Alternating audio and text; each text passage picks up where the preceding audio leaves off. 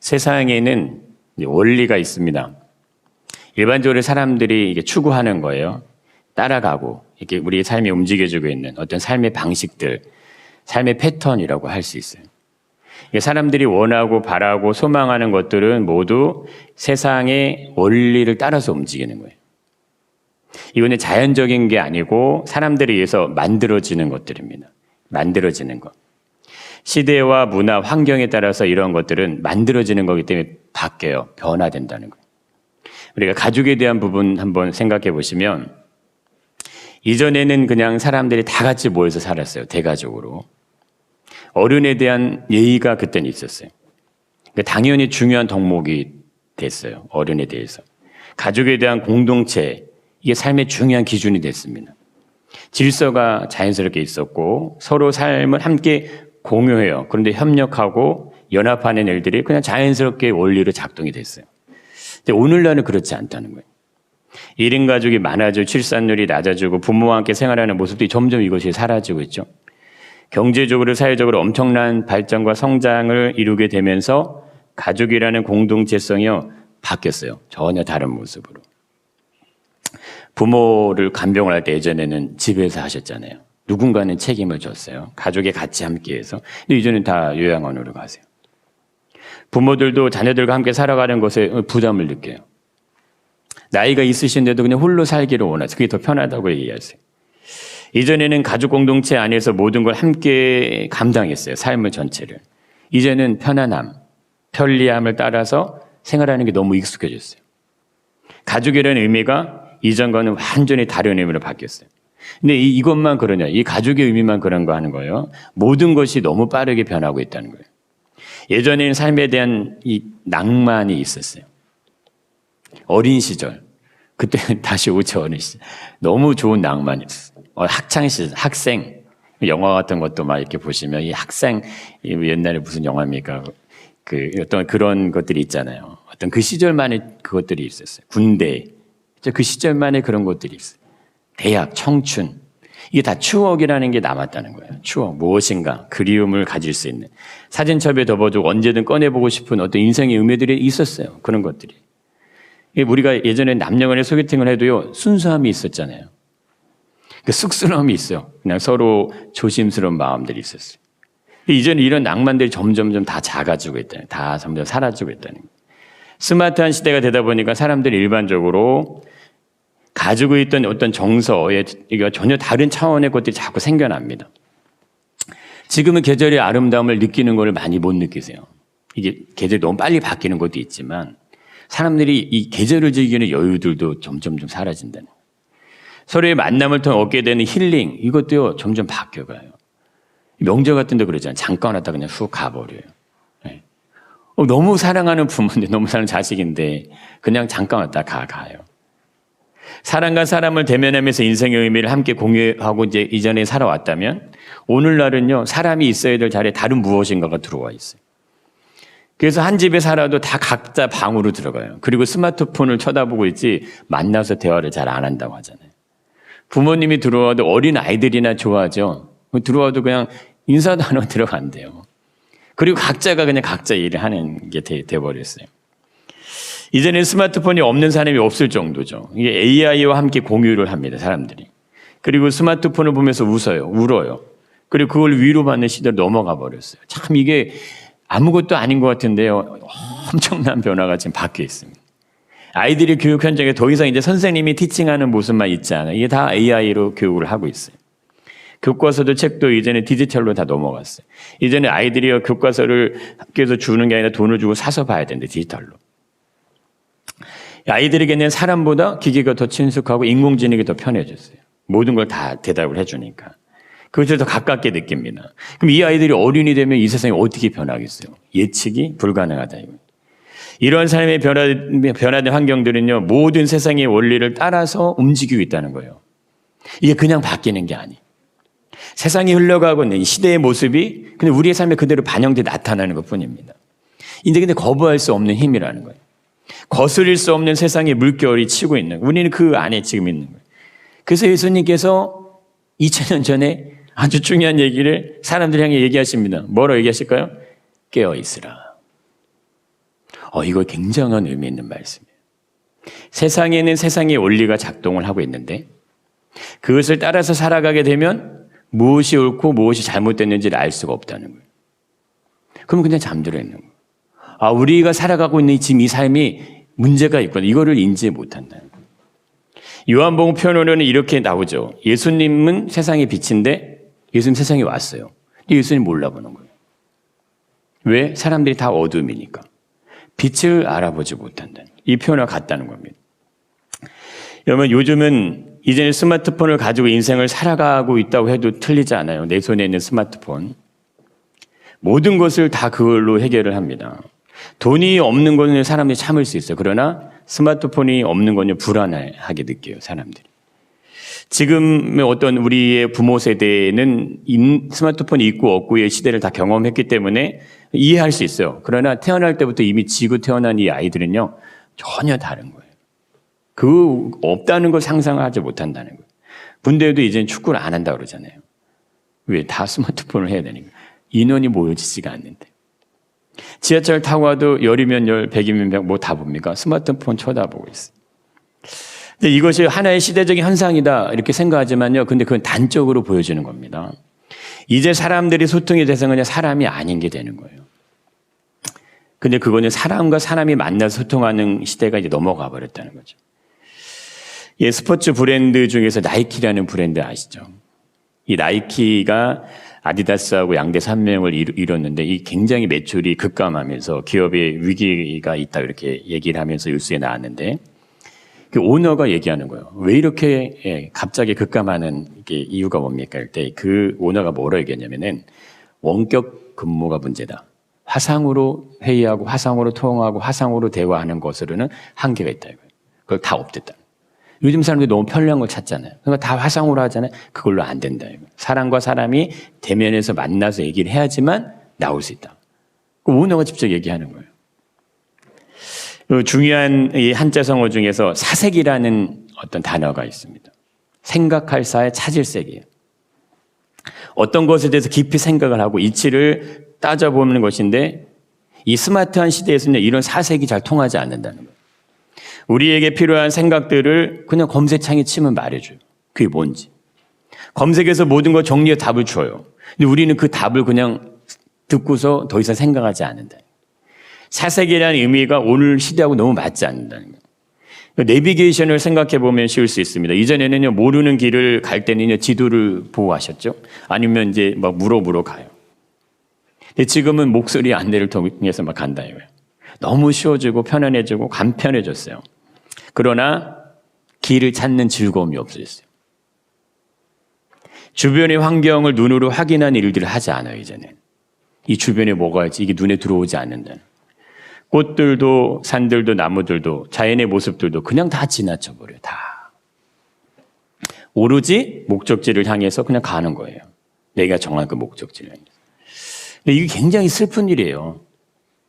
우리들의 마음이요, 그렇게 흘러가는 거예요. 동일하게. 그렇게 따라가는 거예요. 우리들이 정서도 그냥 그렇게 바뀌고 있는 거예요. 그냥 오로지 무엇인가 목적만 향해서 그냥 가버리는 거예요. 지금은 남을 배려하고 돌아볼 수 있는 여유가 상대적으로 줄어가고 있습니다. 살기는 더 좋은데 왜 이러냐 이거예요. 이전엔 내게 있는 것이 작아도 그걸 나눠주는 삶을 살았어요. 베풀어주는 삶을 살았다 이거예요. 내 옆집에 우리 동네에 누가 있는 걸 알아요. 인사하고 안부를 묻고 이게 자연스러운데 지금은 그런 게 아니라 이거예요. 내 것을 쌓기에 바쁜 세상으로 어쩜 이렇게 자꾸 변해가고 있어요. 우리들의 삶이 편리하고 간단하고 편해졌지만 그런데 그로 인해서 좋은 부분들이 자꾸 사라져요. 자꾸 없어진대요. 어딘가를 찾아서 가는 것에 대한 건요, 목적지를 향해 가는 것만 있는 것이 아니에요. 길을 떠나는 즐거움이 있어요. 있잖아요. 이거 모르는 게 찾아가야 되는데 이 즐거움이 있어요. 찾아가는 기대감도 있어요. 설렘을 가지는 마음들도 있다. 근데 이런 것들이 다 그냥 다 건너뛰게 된다는 거예요. 너무 쉽고 편리하고 간편하게 모든 것들이 변화가는 어떤 세상의 원리. 근데 이게 뭐를 만들어내냐면은 사람은 쉬운 존재로 만들어버려요. 가벼운 존재로 만든다. 사람과 사람을 대할 때 그 사람의 외형적인 모습에 우리는 집중하게 돼요. 근데 내가 사람의 외형을 이렇게 보게 되는 것은 우리가 이 세상의 이 세대의 어떤 흐름 안에 있기 때문에 자꾸 그걸 보게 된다 이거예요. 사람들이 마음이 정서적으로 여유가 없어지게 되죠. 감정적으로 풍성한 깊이들이 점점 사라지게 돼요. 근데 외형적인 건요, 자꾸 화려해진다 이거예요. 보여지는 것은 너무 집중한다 이거예요. 인생의 모든 문제들이 이제는 검색에서 얻어지는 것, 그건 답이 되어버렸으면 그렇게 그냥 사람이 답을 찾아가요. 유튜브에서 보여지는 것들이 기준이 되어버렸어요.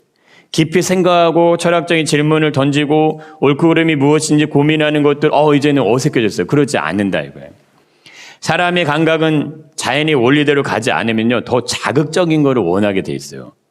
그리고 더 쾌락적이고 더 즉흥적인 걸 찾아가게 돼 있으면 본능이에요.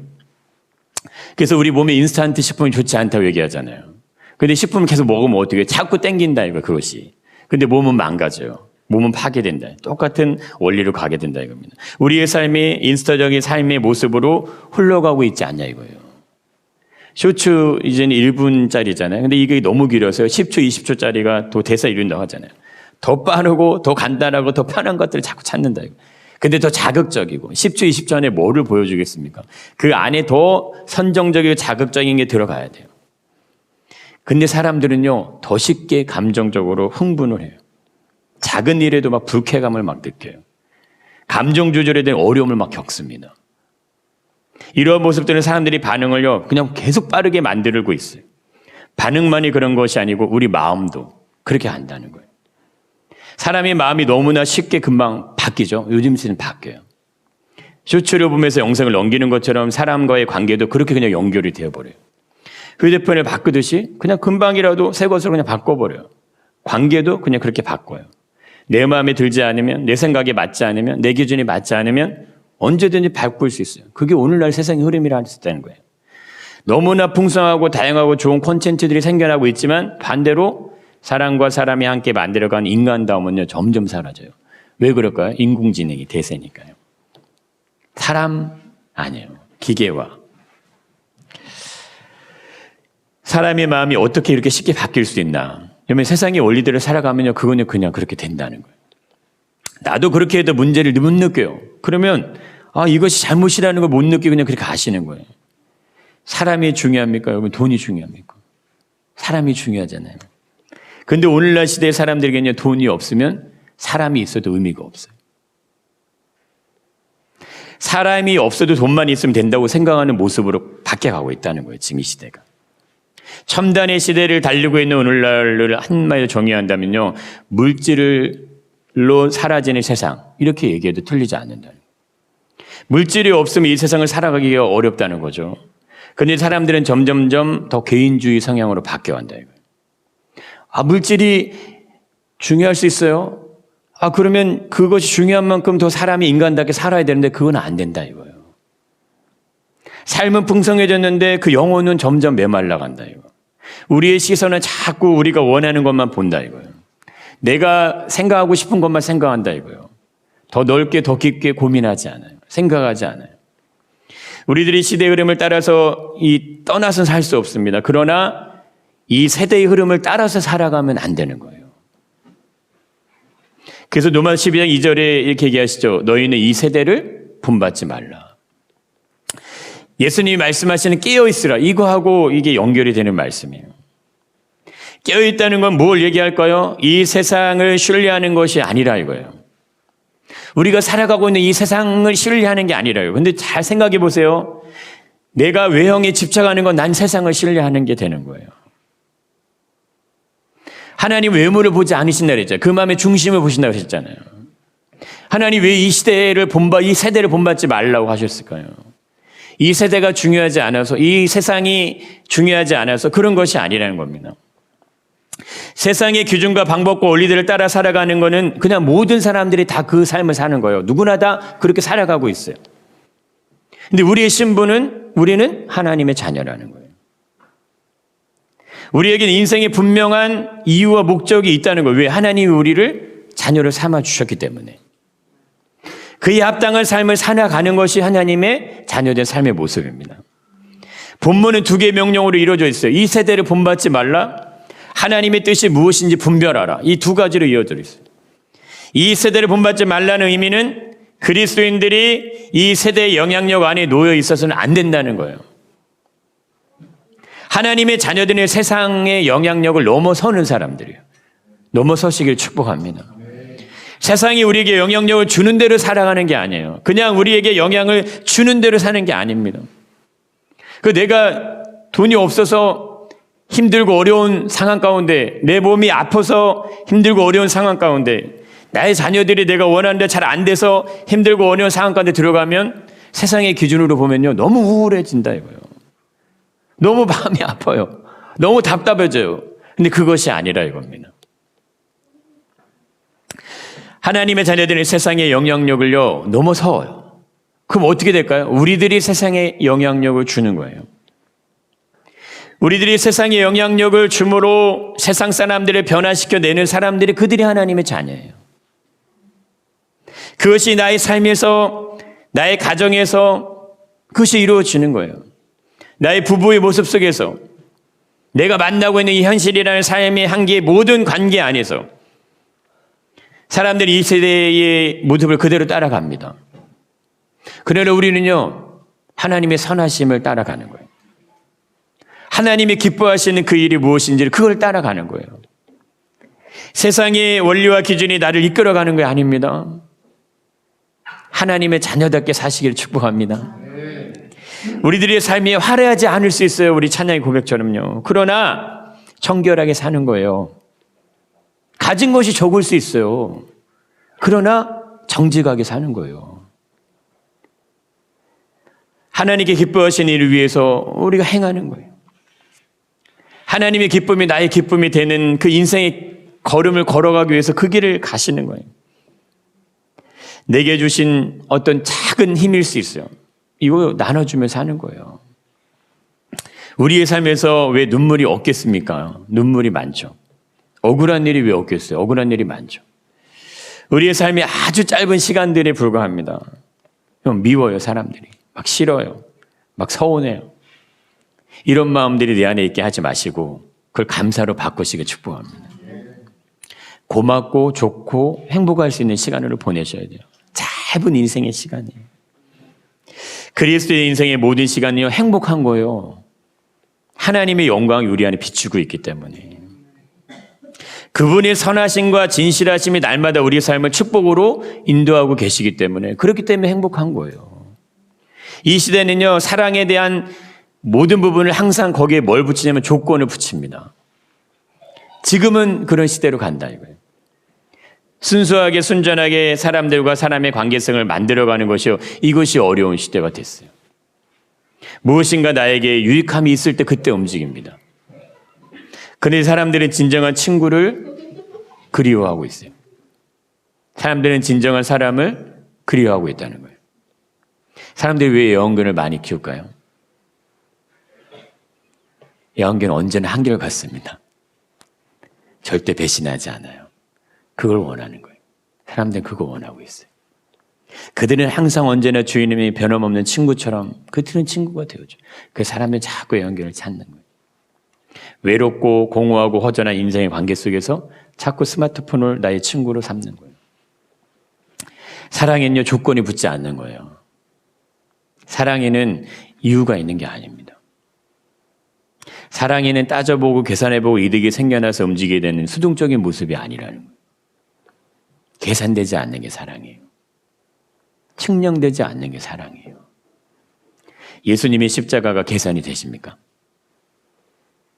하늘 보좌에서 내려오신 예수님의 순종이 측량이 되냐 이거예요. 나를 위해 십자가의 고난을 당하게 하시는 이 하나님의 사랑, 그게 우리에게 조건을 붙이시냐 이거예요. 우리 인생의 모든 시간들은요, 이미 예수님과 함께 십자가에서 죽었습니다. 우리의 삶은 그래서 새로운 삶으로 주어진 삶이에요. 그래서 세상의 육신적인 이유들로 위해서 살아가는 것이 아니라고 얘기하시는 거예요. 주님을 위해서 사는 겁니다. 그것이 자기 십자가를 지고 예수님을 따라가는 삶의 의미가 되는 길이에요. 우리의 삶에서는 하나님의 선한 뜻이 있습니다. 우리의 삶에서나 우리 인생의 길에서나 우리가 만나고 있는 어떤 문제에서든 항상 하나님의 선하신 뜻이 있다는 거예요. 남녀가 만나서 결혼할 때 이게 만나는 과정도 있지만요, 서로가 만남이 이루어지게 된 출발 지점이 있어요. 시적 지점이 있다는 거죠. 아기가 엄마 뱃속의 체중에서 태어날 때도 뱃속에서 있다가 태어나는 시점이 있지만 언젠가 시작되는 시작 지점이 있어요. 그러면 하나님의 선하신 뜻은 언제부터 나에게 생겨났냐 이런 거예요. 그 시작 지점이 언제냐는 거죠. 내가 예수님을 믿고 난 다음부터 생겨나는 것인가? 나에게 믿음이 생겨난 다음부터 그것이 생겨나는 것인가? 언제부터 나에게 하나님의 선하신 뜻이 존재하기 시작했을까 하는 거예요. 2000년 전 예수 그리스도 십자가에 죽으실 때 이미 하나님의 선하신 뜻은 나에게 있었습니다. 여러분, 시간으로는 측량이 안 돼요. 예수 그리스도가 하늘의 보좌에서 내려오셔서 이 땅에 성육신 하시려는 계획이 있을 때부터 이미 나에게는 하나님의 뜻이 있었어요. 에덴 동산에서 아담과 하와가 선악과를 따먹을 때 말씀대로 진정 죽으리라는 말씀이 이루어졌을 때 그때도 이미 하나님 나에게 선하신 뜻이 있었어요. 빛이 있으라 말씀하시면 빛이 생겼을 때 그때도 이미 하나님 나에게 선하신 뜻이 있었어요. 땅이 혼돈하고 공허하며 흑암이 급함 중에 있을 때도 하나님이 나에게 선하신 뜻이 있었어요. 하나님 만물이 생기는 시작전부터 나를 향한 선하신 뜻을 가지고 계셨습니다. 에베소서는 이것을 창세전이라고 표현해 줍니다. 내가 예수 그리스도를 몰랐을 때에도, 내가 하나님 믿지 않고 삶을 살았을 때에도, 죄인의 모습으로 하나님과 전혀 상관없는 삶의 모습을 살아가고 있을 때에도 하나님은 나를 향한 선하신 뜻을 가지고 계셨어요. 세상의 권력과 힘과 권세를 가진 사람들에게 줄을 대고 연을 대는 거, 이건 일반인들은요 가능하지 않아요. 힘이 있고 능력이 출중하고 세상적으로 성공한 사람들에게 나를 알아봐 달라고 한들 그들은요 쳐다봐 주지 않습니다. 청년들이 좋은 직장에 취업을 하려고 해도 너무 어렵잖아요. 오너에게 나를 뽑아달라고 한다고 해서 뽑힐 수 있는 게 아니잖아요. 세상의 기준과 원리는요 우리에게 선한 뜻을 가지고 있다고 말하지 않아요. 우리의 삶이 어떠하도 우리를 향한 계획이 있다고, 선한 뜻이 있다고 절대 말하지 않습니다. 이게 왜 말하지 않을까요? 세상엔 그런 거 존재하지 않아요. 그런 것들이 없는 거예요. 여러분, 하물며 죄인인 우리들이 어떻게 천지 만물의 주인이신 하나님의 자녀가 될 수 있냐 이거예요. 세상의 원리로 이해되지 않는 겁니다. 세상의 가치관의 기준을 생각할 수 없는 모습인데 이게 어떻게 가능하냐 이거예요. 세상은 어디까지나 세상인 거예요. 사람에 의해서 사람을 기준으로 움직여주고 있는 것이 그것이 세상입니다. 요한일서에 분명히 얘기하시잖아요. 이 세상이나 세상에 있는 것들을 사랑하지 말라고 얘기하십니다. 누구든지 세상을 사랑하면 아버지 사랑이 그 안에 있지 않다는 거예요. 이는 세상에 있는 모든 것이 육신의 정욕과 안목의 정욕과 이상의 자랑이다. 이건 다 아버지께로부터 오지 않았다고 얘기하십니다. 세상으로부터 온 것이에요. 죄인인 우리들이 하나님의 자녀가 될 수 있는 방법은 오직 하나뿐이 없습니다. 하나님께서 나를 자녀로 삼으시기 위해서 모든 준비를 하고 계셨기 때문에 가능한 거예요. 나를 향한 선하신 계획을 가지고 계셨기 때문에, 그렇기 때문에 가능한 거예요. 내가 불의하고 불법한 모습으로 하나님을 떠나서 욕심으로, 탐심으로, 이기심으로, 정욕에 사로잡혀 살아가고 있을 때에도 하나님은 나를 향한 선한 계획을 가지고 계셨다는 거예요. 하나님이 나에게 하나님의 뜻을 가지고 계셨다는 거예요. 이것은 나의 어떠함에 대한 부분으로 이루어지는 것이 아니잖아요. 나의 공로 때문에 당연히 받아들일 수 있는 그런 것들이 아니잖아요. 그렇다면 우리 어떤 삶을 살아야 되냐 이거예요. 나를 위해 그냥 살아가겠냐 이거예요. 세상 사람들이 다 살아가는 그 삶을 그냥 따라가겠냐 이거예요. 그것이 아니라 이겁니다. 하나님의 자녀를 사시길 축복합니다. 우리에게는 하나님의 영광이 있어요. 예수 그리스도의 생명을 통해서 우리에게 주신 하나님의 영광이 있다 이거예요. 이 시대를 어떻게 분별할 수 있을까요? 하나님을 신뢰하는 거예요. 나에게 어떤 요구를 하시든 하나님을 신뢰하시길 바랍니다. 왜 신뢰를 못하세요, 하나님을? 나에게 어떤 순종을 원하시든, 나에게 어떤 결단을 원하시든 하나님의 선하심을 신뢰하는 거예요. 오늘도 하나님은 나를 향한 선하신 가역을 가지고 나를 사랑으로 품고 계시는 거예요. 이거 신뢰하시는 거예요. 그러나 나는 하나님의 선하신 뜻을 내가 이해하지 못할 때가 있죠. 의심할 때가 있어요. 그러면 내 계획을 먼저 앞세워 가는 거예요. 이거 아닌 것 같다. 기다림과 인내와 순종 이루지 못해요. 내 의지대로 내 노력으로 내 인생을 살아갈 때 잘 풀리고 잘 되고 나름의 세상적 인정받는 위치에 가게 될 때 우리 이렇게 생각하죠. 모든 것이 다 내가 이룬 업적이야. 내가 열심히 노력해서 얻은 거야. 그런데 그것이 전부가 아니라는 거예요. 내가 주인 될 삶을 결국 이 세대를 본받는 삶을 살아간다 이겁니다. 아무리 지식적으로 성품적으로 인품적으로 도덕적으로 완벽한 사람이라고 해도 결국에는 육신의 정욕을 다스림을 받을 수밖에 없어요. 그거 이상을 살아갈 수가 없다는 거예요. 안목의 정욕과 이생의 자랑에서 벗어날 수 있는 존재는 없어요. 그 사람의 본질, 죄에 빠진 사람의 본질이기 때문에 그렇습니다. 그래서 오직 마음을 새롭게 함으로 변화를 받으라고 하시잖아요. 선함과 진실함은요, 우리에게 나오는 게 아닙니다. 나에게 선함이 있는 것 같지만 나에겐 선함이 나오지 않아요. 그렇다면 우리들이 어떻게 하나님의 선하신 뜻을 분별할 수 있냐 이거죠. 이 시대는요, 잠깐 있다가 지나갑니다. 바람과 같이 살아가시는 거예요.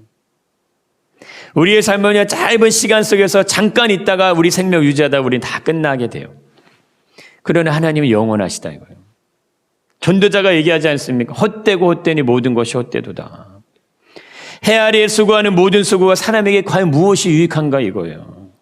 한 세대는 가고 한 세대는 오는데 땅은 영원히 있도다.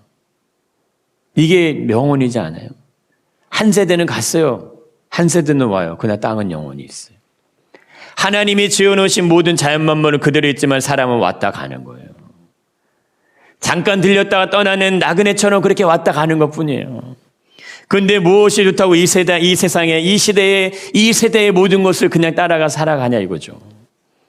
세상을 사랑하는 것은 잠시 잠깐 삶을 사랑하는 것에 지나지 않습니다. 이게 인생의 지혜예요. 지나고 나면 남는 것이 없는 거 모두 사라지고 없어지는 그거 사랑하는 거예요. 그거 붙잡고 있는 거예요. 그러나 하나님은 신뢰하는 건요, 영원한 삶을 사랑하는 거예요. 사라지고 없어지는 것이 아니라 영원히 남는 걸 붙잡고 있는 거예요. 우리가 하나님을 신뢰한다면, 우리가 하나님을 의지한다면 우리가 영원히 남는 것들이 우리가 남는 거예요. 우리가 이 세대를 본받는다면, 이 세상의 것들에 우리 마음이 있게 된다면 우리가 마지막 가는 그 시간에 아무것도 우리 손에 남지 않습니다.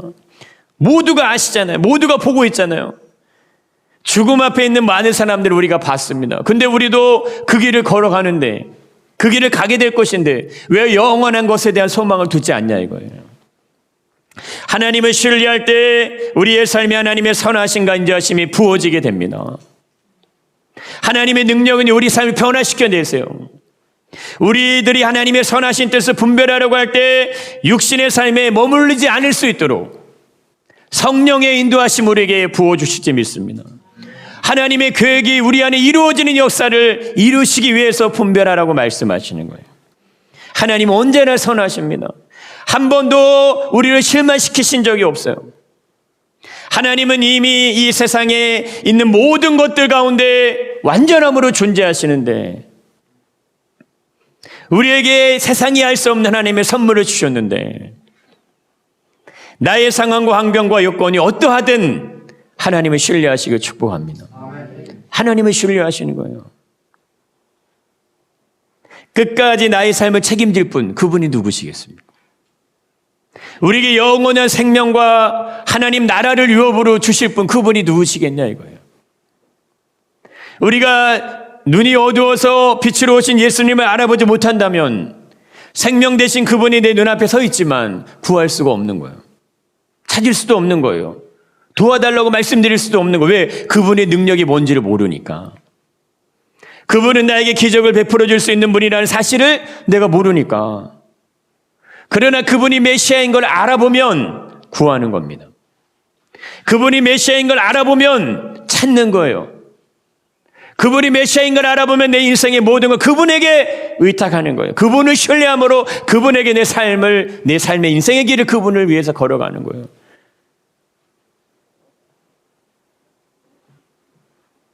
그런 인생의 길을 가시기를 축복합니다.